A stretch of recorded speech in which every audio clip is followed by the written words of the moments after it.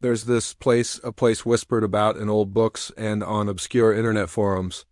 It's a spot that, for some reason, doesn't show up on Google Maps, Apple Maps, or even most modern GPS systems. If you try to look it up, you'll find nothing but a blank space, a glitch in the digital world. They call it the Forgotten Valley. Most people would dismiss it as a myth, a digital ghost, but for me, that's an invitation. So I packed my bags, grabbed my gear, and decided to find out if this place was real. And let me tell you, what I found was beyond anything I could have imagined. The journey started with a fragment of an old sailor's map I found in an antique shop. It was brittle, stained with seawater, and the ink was faded. It didn't have coordinates, just landmarks. A three-peaked mountain, a river that splits like a serpent's tongue, and a lone, ancient-looking tree. It felt like something out of a fantasy novel. My friends thought I was crazy. "You're chasing a fairy tale," they said. Maybe I was, but the pull of the unknown was too strong. I spent weeks cross-referencing the drawing with geological surveys and satellite images, trying to piece together this puzzle. I finally found a potential match. A remote, uncharted region deep in the coastal mountains, hundreds of miles from the nearest town. There were no roads, no trails, nothing perfect. The first part of the trip was deceivingly simple. A long drive to the edge of civilization, then a grueling multi-day hike into the wilderness. The air grew thinner, the silence deeper. The modern world faded away with every step. My only companions were the rustling leaves and the sound of my own heartbeat. It was both peaceful and intimidating. I navigated using a compass and the sun, just like the old sailors.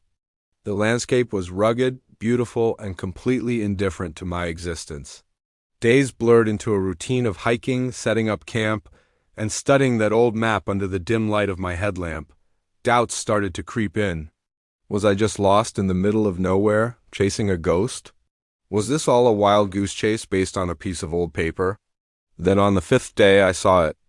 Soaring into the sky, 3 distinct peaks, exactly like the drawing. My heart leaped. It was real. The map was real.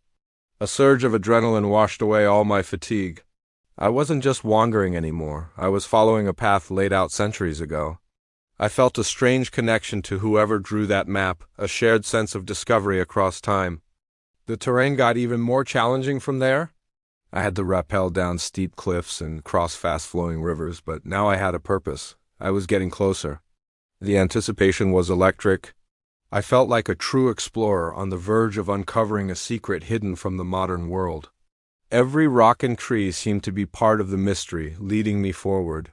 Following the map's guidance, I found the river that split into 2, just as it was drawn. It snaked through a narrow canyon, its walls covered in moss and strange, unfamiliar plants. The air here felt different, heavy, ancient.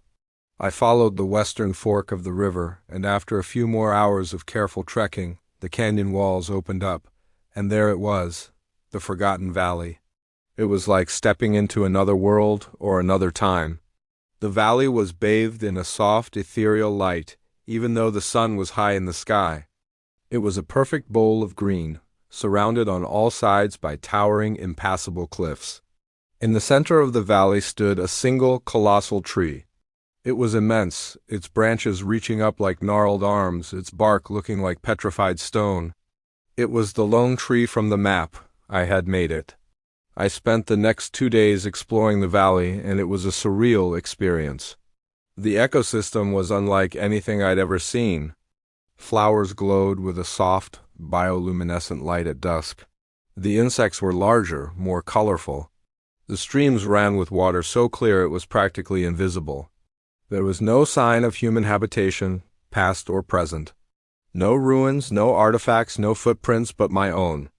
It was a pristine sanctuary, untouched by time and man. It felt sacred.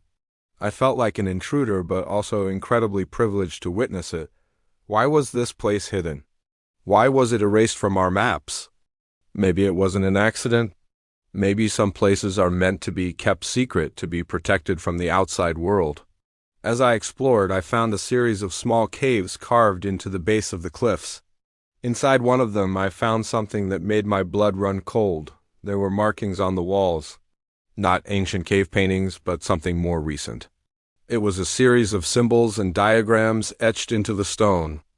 They looked scientific, almost like astronomical charts and mathematical equations, but in a language I didn't recognize. And next to them, a single date was carved, 1957. Someone else had been here. Someone with advanced knowledge. Who were they? Scientists? A secret expedition? Why would they come all this way and then just disappear, leaving nothing but these cryptic carvings? The mystery of the valley deepened. It wasn't just a natural wonder, it was a place with a hidden history. Standing there in that silent valley, I realized why it wasn't on any map. It's a place that isn't meant to be found easily. It's a sanctuary. Maybe the person or people who were here in 1957 understood that. Maybe they were the ones who ensured it remained a secret, a blank spot on the map to protect it. It's a place that reminds you how vast and mysterious our world still is. We think we have it all figured out, all mapped and categorized. But we don't. There are still pockets of wonder, hidden away, waiting for those who are willing to look beyond the screen, beyond the known. Places that challenge our understanding and ignite our imagination. Leaving the valley was one of the hardest things I've ever had to do. I took photos and videos, of course, but they don't do it justice. They can't capture the feeling of the air, the silence, the sheer scale of it all. As I hiked back out, I made a promise to myself and to the valley. I wouldn't share its exact location. Some secrets are worth keeping. Its existence is enough. Knowing it's out there is enough. This adventure wasn't just about finding a lost place on a map. It was about finding a part of myself I didn't know was missing. The part that craves the unknown, that thrives on mystery, and that believes there is still magic left in the world. So what's the takeaway here? It's simple. Don't be afraid to go off the beaten path. Don't be afraid to chase a fairy tale. Our world is so much bigger and more incredible than what we see on our screens. There are forgotten valleys and hidden wonders all around us, waiting to be discovered.